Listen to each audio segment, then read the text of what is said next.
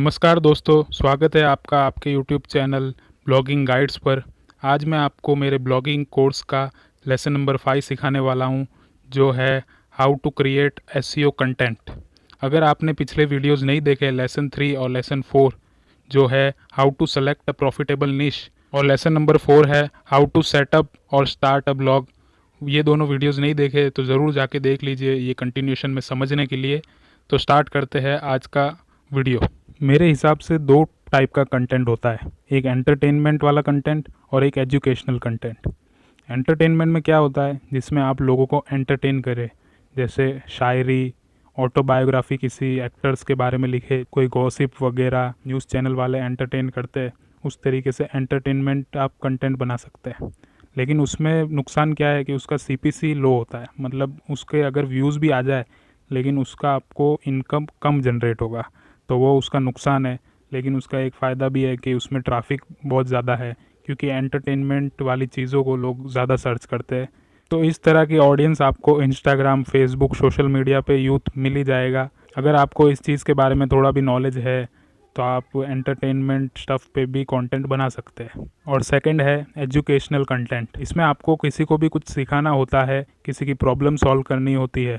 अब 130 करोड़ की इंडिया की पॉपुलेशन है, उसमें 60 करोड़ से भी ज़्यादा लोग इंटरनेट यूज़ कर रहे हैं, और लाखों प्रॉब्लम है जो रोज़मर्रा की ज़िंदगी में वो फेस करते हैं।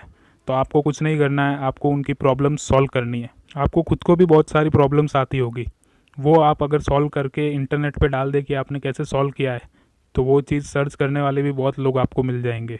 तो इसी तरह लोगों को एजुकेट करके उनकी प्रॉब्लम सॉल्व करके भी आप कंटेंट बना सकते हैं, जिसका आपको कॉस्ट भी बहुत ज़्यादा मिलेगा। ये तो हो गई थोड़ी कंटेंट की बात। अब हम ये पता करते हैं कि वो कंटेंट लिखना कैसे है। आखिर आपको ब्लॉग में लिखना पड़ेगा और गूगल के अकॉर्डिंग लिखना पड़ेगा, ताकि गूगल उसको रैंक कराए। तो ये लिखे कैसे, तो इसके भी दो टाइप है, वो मैं आपको बताता हूँ। पहले मेथड में आप ऐसा कर सकते हैं कि एसईओ पे कम ध्यान दे और ज़्यादा से ज़्यादा ब्लॉग पोस्ट बनाए। अगर आपके पास सोशल मीडिया मतलब फेसबुक, इंस्टाग्राम, ट्विटर वगैरह पे अपना एक कस्टमर बेस है या फिर फॉलोअर्स है, तो उनको आप अपना कंटेंट भेज कर आप ट्रैफिक ला सकते हैं। कोरा, मीडियम, पिंटरेस्ट, ये भी ऑनलाइन प्लेटफॉर्म्स है जहाँ से आपको ट्रैफिक मिल सकता है। तो इसमें आप एसईओ पे कम ध्यान देंगे और ज़्यादा से ज़्यादा ब्लॉग डालते जाएंगे, लेकिन ब्लॉग में क्वालिटी तो होनी चाहिए, जिसमें प्रॉब्लम सॉल्व करनी चाहिए।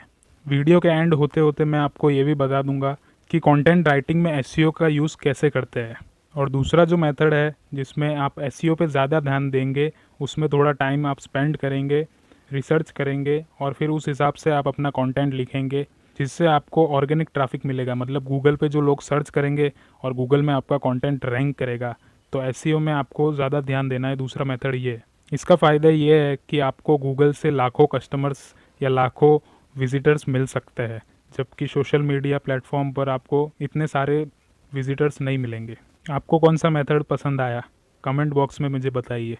लेकिन मैं आपको सजेस्ट करूँगा कि आप सेकंड मेथड पे ही मेहनत करिए, क्योंकि ये डिफ़िकल्ट है थोड़ा सा।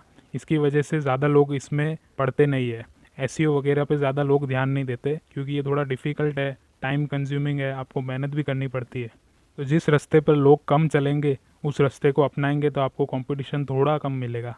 तो हर कोई ये चीज़ कर नहीं पाता, और जो कर लेते हैं उनकी चांदी ही चांदी हो जाती है। आपको 6 महीने तक एसईओ कंटेंट क्रिएट करने हैं और पब्लिश करने हैं, तो फिर आपको पीछे मुड़ के देखने की ज़रूरत नहीं मिलेगी, आपको रिज़ल्ट अपने आप मिलते जाएंगे। अगर आप पहला मेथड अपना कर ज़्यादा से ज़्यादा ब्लॉग पोस्ट डालकर अपने सोशल मीडिया प्लेटफॉर्म पर उसको प्रमोट करें, तो आपको उतने ही विजिटर्स मिलेंगे।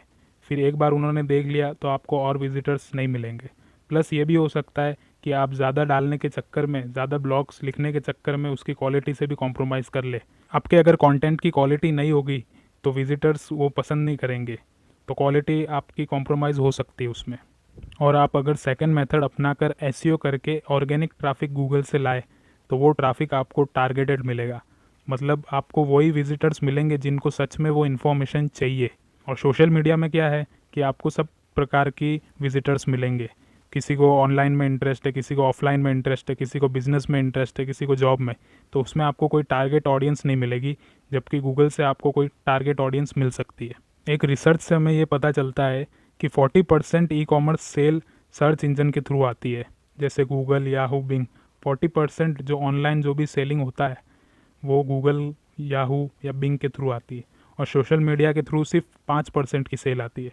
इसका वही कारण है कि विजिटर्स टारगेटेड नहीं होते हैं।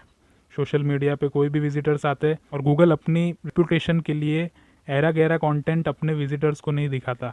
विजिटर्स को वही कंटेंट दिखाता है जो वो चाहते हैं। तो हम सेकंड मेथड अपनाएंगे जो कि थोड़ा डिफ़िकल्ट है, लेकिन आपको चिंता करने की ज़रूरत नहीं है। मैं आपको पूरा एसईओ फ्रेंडली कंटेंट बनाना सिखा दूंगा और मैं आपको ये भी सिखा दूंगा कि कैसे आपको गूगल की टारगेट ऑडियंस को अपने इंस्टाग्राम, फेसबुक, पिंटरेस्ट, लिंक्डइन के फॉलोअर्स में कन्वर्ट करना है और आपका खुद का एक इकोसिस्टम बनाना है जिसमें सिर्फ आपकी टारगेट ऑडियंस रहेगी। तो आप नेक्स्ट टाइम कोई भी प्रोडक्ट प्रमोट करना चाहे, सर्विस प्रमोट करना चाहे, तो आप डायरेक्ट अपनी टारगेट ऑडियंस को रीच कर सकते हैं। तो स्टेप नंबर 1 रहेगा एसईओ फ्रेंडली कंटेंट क्रिएट करना, जिसमें आपको ऐसा कंटेंट क्रिएट करना है जो कि विजिटर्स को वैल्यू दे, वो पढ़ के उनका कुछ फ़ायदा हो। तो उसके कुछ कैरेक्टरिस्टिक्स है जो मैं आपको बताता हूँ, जिसमें पहला है कि आपको एवरग्रीन कंटेंट बनाना है, जो कंटेंट समय के साथ ख़त्म ना हो जाए। जैसे कि न्यूज़ वेबसाइट पे होता है कि आज जो एक्सीडेंट हुआ है, 4 दिन बाद वो एक्सीडेंट के बारे में कोई सर्च नहीं करने वाला है, वो कंटेंट उसी समय ख़त्म हो जाएगा। तो आपको एवरग्रीन कंटेंट बनाना है। फॉर एग्जांपल एसी कैसे सर्विस करे, कूलर कैसे रिपेयर करे, पिज़्ज़ा कैसे बनाए घर पे, तो ये सब एवरग्रीन कंटेंट है जो लोग हमेशा के लिए सर्च करते रहेंगे। और दूसरा है कि हाउ टू गाइड्स बनाए, मतलब कोई भी काम कैसे करे उस बारे में आप जानकारी दें। ब्लॉगिंग का मतलब यही है कि लोगों की मदद करना। अब लोगों के पास बहुत सारी क्वेरीज रहती है, जैसे कि घर पे पिज़्ज़ा कैसे बनाए, चप्पल का बिज़नेस कैसे करे, हल्दी का बिज़नेस कैसे करे। तो अगर आपके पास कोई पक्का नॉलेज है कि कोई काम कैसे किया जाए या आप रिसर्च करके वो पता कर सकते हैं, तो उस तरीके का कंटेंट भी बहुत चलेगा। आप गूगल के एक टूल का इस्तेमाल कर सकते हैं जिसका नाम है क्वेश्चन हब। वहाँ पे आपको ऐसे क्वेश्चंस मिलेंगे जो कि आंसर नहीं किए गए हैं। गूगल पे उनके ज़्यादा आंसर्स हैं नहीं। और एक बार आपका ब्लॉग शुरू होके सेट हो गया है, फिर आप गूगल सर्च कंसोल या गूगल एनालिटिक्स की भी मदद ले सकते हैं। गूगल एनालिटिक्स पे आपको सब इन्फॉर्मेशन मिल जाएगी कि लोगों की क्वेरीज क्या है, वो क्या क्वेश्चंस पूछकर आपकी वेबसाइट पे आए हैं, उनको आपका कौन सा कंटेंट पसंद आया है, किस तरीके की वो ऑडियंस है, उनकी एज क्या है, वो सब की आपको जानकारी मिलेगी, जिससे आपको नेक्स्ट कंटेंट बनाने में और आसानी होगी। क्वालिटी कंटेंट मतलब होता है कि ऑन द पॉइंट आपका कंटेंट होना चाहिए। आप कुछ भी उल झलुल उसमें ना लिखे। आपके कंटेंट को लंबा करने के लिए भी आप कुछ भी उसमें ऐड ना करें। क्वेश्चन है तो उनको सॉल्व करना है, बस ये आपका मोटो होना चाहिए। अगर एक बार आप एसईओ फ्रेंडली कंटेंट बनाएंगे तो वो आपका रैंक होते जाएगा, आपको उसके व्यूअर्स मिलते जाएंगे और क्या पता 1 आध साल बाद भी ऐसा हो सकता है कि उसकी बहुत ज़्यादा ही डिमांड आ जाए, तो उसका कोई भरोसा नहीं, आपको कभी भी विजिटर्स मिल सकते हैं। तो आप अपने कंटेंट में कीवर्ड्स का इस्तेमाल कैसे करें। समझ लीजिए आपके पास कोई मेन कीवर्ड है आपका और उस पर लो कंपटीशन भी है, लेकिन लो कंपटीशन होने के बावजूद भी उस पर बहुत सारे लोगों ने पोस्ट बना के रखी होगी। तो इसके लिए आप क्या कर सकते हैं, आप उसका लॉन्ग वर्जन यूज़ कीजिए। For example toys for kids करके कीवर्ड है, उस पर बहुत अच्छा खासा ट्रैफिक है और उस पर कॉम्पिटिशन भी लो है। लेकिन आप ऐसे कीवर्ड यूज़ कर सकते हैं कि toys for 5 year old kid, तो ये आपके मेन कीवर्ड का ही थोड़ा लॉन्गर वर्जन हो गया, लेकिन आपको ट्रैफिक का भी ध्यान देना है। अगर समझ लीजिए मेन कीवर्ड पे 10 लाख का ट्रैफिक है और लॉन्गर वर्जन पे 10,000 का भी ट्रैफिक हो तो भी चलेगा, और उसके बाद आपको चाहिए तो आप 1,000 ट्रैफिक वाले कीवर्ड पर भी रैंक करवा सकते हैं। शुरुआत में लॉन्ग वर्जन कीवर्ड पे आप ज़्यादा पोस्ट बना के अपनी पोस्ट को रैंक करवाए और थोड़े बहुत भी विजिटर्स गेन कर ले तो वो भी बहुत बढ़िया है। आप अपने मेन कीवर्ड के आगे एडजेक्टिव्स यूज़ करके भी उसका लॉन्ग वर्जन कर सकते हैं। जैसे टॉयज़ फॉर किड्स है तो best toys for kids, perfect toys for 5 year old kid, तो ऐसे एडजेक्टिव्स आगे यूज़ करके भी आप लॉन्गर वर्जन बना सकते हैं। इस तरह की लॉन्ग वर्जन पर रैंक करवाने वाले पोस्ट आप 10 से 15 बना दीजिए, और एक बार आपकी अगर वो रैंक करने लग गई और उन कीवर्ड्स पे 5,000 से 10,000 का ट्रैफिक है या 1,000 से 5,000 भी हो ट्रैफिक, तो भी आपको बहुत सारे विजिटर्स मिल जाएंगे। और उन विजिटर्स का अगर एक्सपीरियंस अच्छा रहा, वो आपकी पोस्ट ज़्यादा टाइम तक पढ़े और गूगल को वो सेटिस्फाइंग लगे, तो आप मेन कीवर्ड के लिए भी रैंक हो सकते हैं। जैसे कि आपने रैंक करवाया है toys for 5 year old kid, तो आप टॉयज़ फॉर किड के लिए भी रैंक कर सकते हैं, क्योंकि गूगल के लिए अच्छा यूज़र एक्सपीरियंस एक इम्पॉर्टेंट रैंकिंग फैक्टर है और आने वाले सालों में यूज़र एक्सपीरियंस का बहुत महत्व रहेगा। तो आपके कंटेंट से लोगों की मदद हो जानी चाहिए। और ऐसा कहा जाता है कि लेंदी पोस्ट अगर आप लिखे तो भी गूगल उसको रैंक करवाता है, क्योंकि गूगल को ऐसा लगता है कि वो पोस्ट में ज़्यादा डिटेल है। लेकिन लेंदी पोस्ट लिखने के चक्कर में आप ऐसा नहीं कि कुछ भी लिख दे, उसमें कुछ भी आप उल जलूल ऐड कर दे। फिर नेक्स्ट स्टेप है, आपको कुछ अट्रैक्शन पॉइंट क्रिएट करना पड़ेगा जिसको बोलते हैं लीड मैग्नेट्स। आपको आपकी ईमेल लिस्ट बनाने के लिए, आपको सब्सक्राइबर बेस इंक्रीज़ करने के लिए, सोशल मीडिया पे फॉलोअर्स लाने के लिए कुछ आपको प्रोडक्ट या सर्विस फ्री में देनी पड़ेगी, जिसकी वजह से लोग आपको सब्सक्राइब करें और आपके फॉलोअर्स बने। इसके लिए आप अपने विजिटर्स को कोई डिस्काउंट कूपन दे सकते हैं, कोई वैल्यूएबल सर्विस फ्री में दे सकते हैं, आप उनकी पर्सनल हेल्प कर सकते हैं और उनको बोल सकते हैं अगर आप सब्सक्राइब करेंगे तो मैं आपकी ये चीज़ में पर्सनल हेल्प करूँगा।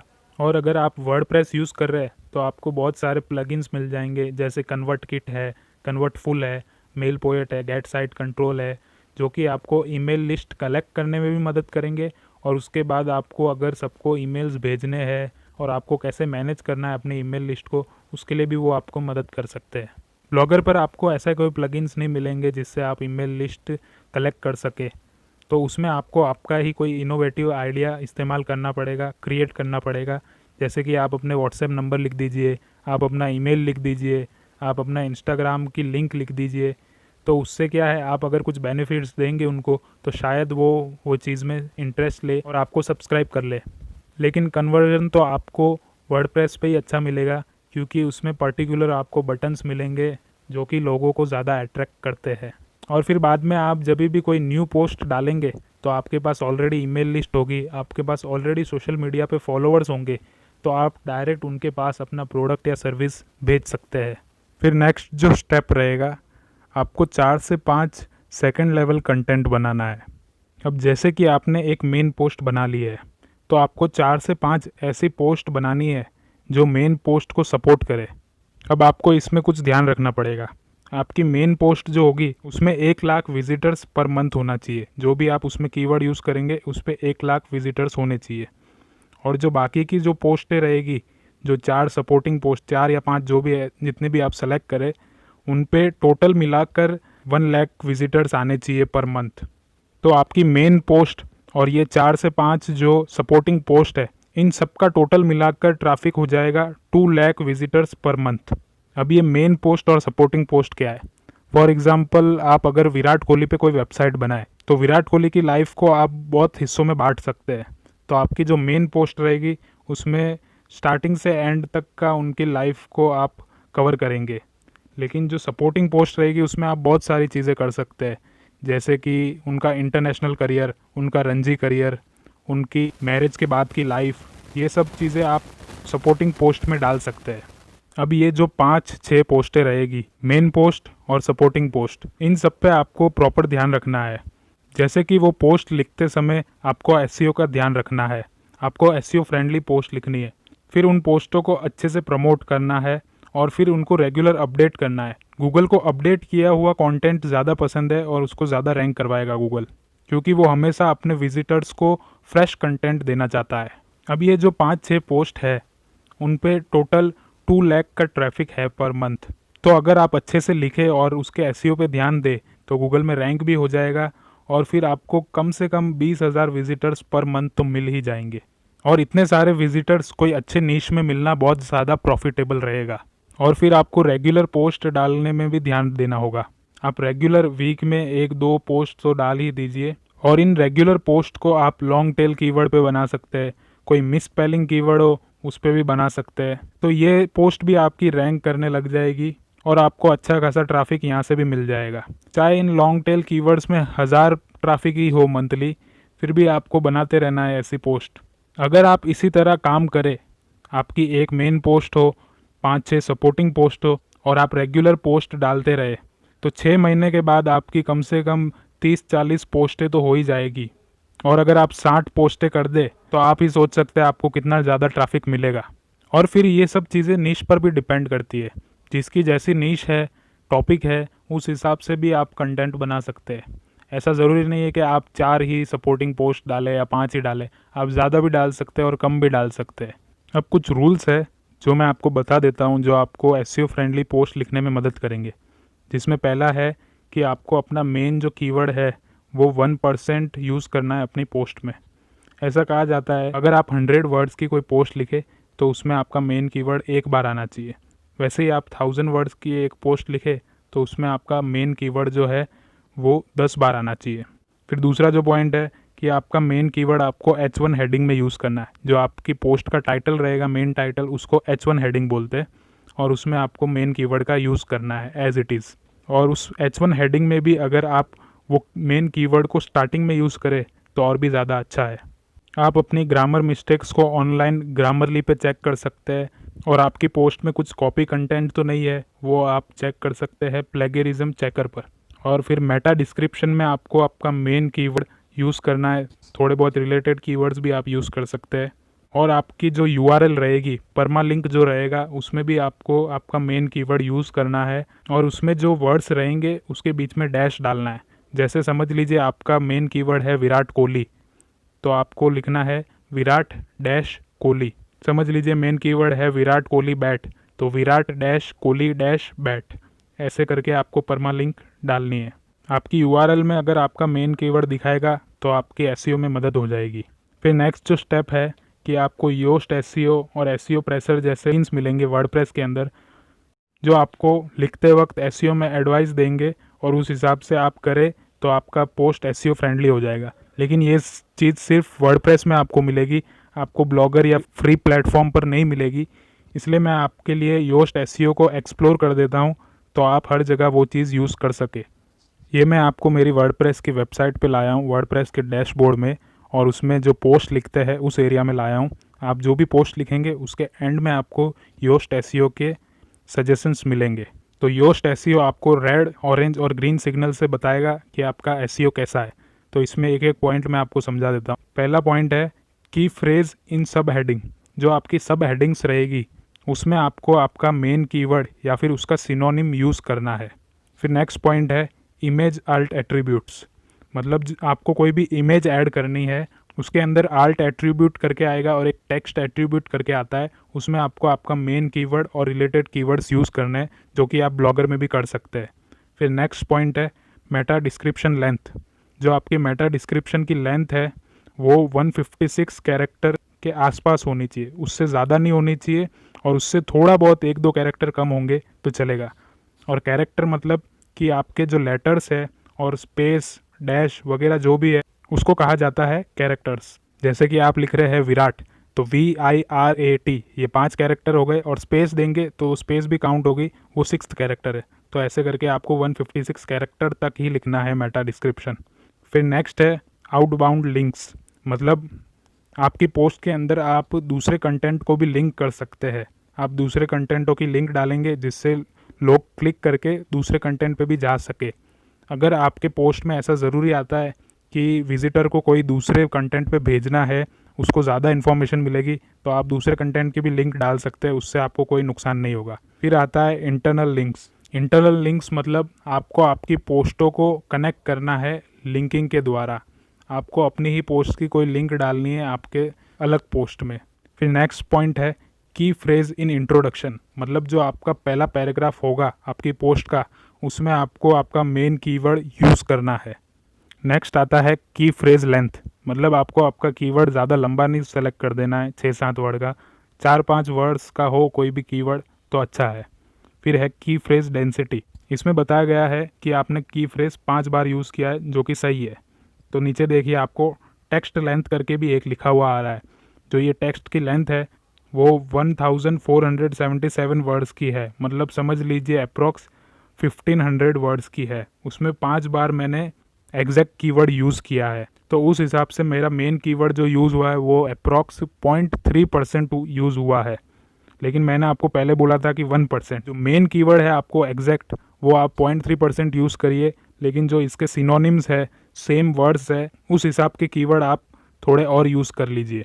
फिर नेक्स्ट है प्रीवियसली यूज्ड की फ्रेज। मतलब आपने अगली कोई पोस्टों में भी एक की फ्रेज को, कीवर्ड को यूज़ किया है कि नहीं वो दिखाता है।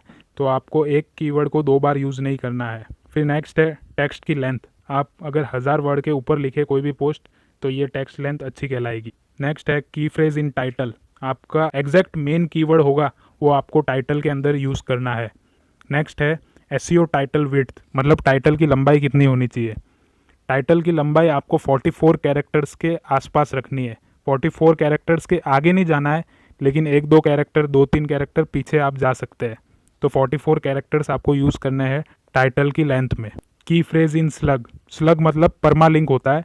जो आपकी परमालिंक होगी उसमें आपको आपका मेन कीवर्ड यूज़ करना है। जैसे मैंने आपको बताया था Virat dash Kohli dash bat, तो उस तरीके से आपको परमालिंक में यूज़ करना है आपका मेन कीवर्ड। तो अगर ये सब चीज़ें आप ध्यान में रखें, आपने अगर मेरा पूरा वीडियो देखा है और सब टिप्स पे आप ध्यान रखें, तो आप बेस्ट एसईओ फ्रेंडली कंटेंट लिख सकते हैं। अगर आपको फ्रेंड्स को भी ये सब सजेशन चाहिए तो मेरा वीडियो उनके साथ शेयर करें, उनकी भी मदद हो जाएगी। आपको यही सब टिप्स फॉलो करनी है और मैं पक्का कहता हूँ कि आप जल्दी ही अर्निंग करना शुरू कर देंगे। तो मेरा वीडियो अगर पसंद आया है तो वीडियो को लाइक करें, अपने दोस्तों को शेयर करें और सब्सक्राइब करके बेल आइकन ज़रूर दबा दीजिए ताकि आपको नेक्स्ट वीडियोस मिलते रहे। गुड बाय दोस्तों।